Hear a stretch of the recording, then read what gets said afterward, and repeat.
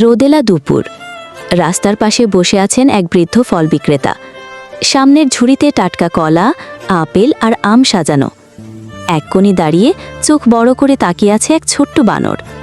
ক্ষুধার্ত কিন্তু চুপচাপ, যেন কিছু বলতে সাহস পাচ্ছে না।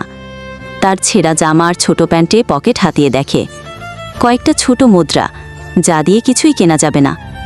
তবুও সে দাঁড়িয়ে থাকে, এক দৃষ্টিতে কলার ঝুড়িটার দিকে তাকিয়ে। ফলওয়ালা হঠাৎ বিরক্ত মুখে তাকায়, ভ্রু কুঁচকে বলে, যা বাবা, টাকা নেই তো কি চেয়ে আছিস? ঠিক তখনই আসে এক ছোট ছেলে। হাসি মুখে একটা কলা কিনে বাড়িয়ে দেয় বানরটার দিকে। বানরটা বিস্ময়ে তাকিয়ে থাকে, তার চোখে আনন্দের আলো, মুখে ধন্যবাদ। সে কলাটা ছিঁড়ে দুই ভাগ করে এক ভাগ ছেলেটিকে দেয়, আর দুজনে বসে পড়ে রাস্তার ধারে। একসাথে খেতে খেতে হেসে ওঠে। তো বন্ধুরা, তো আমরা কি শিখলাম? কাউকে খুশি করতে বেশি কিছু লাগে না। জানতে চান এরপর কি অপেক্ষা করছে?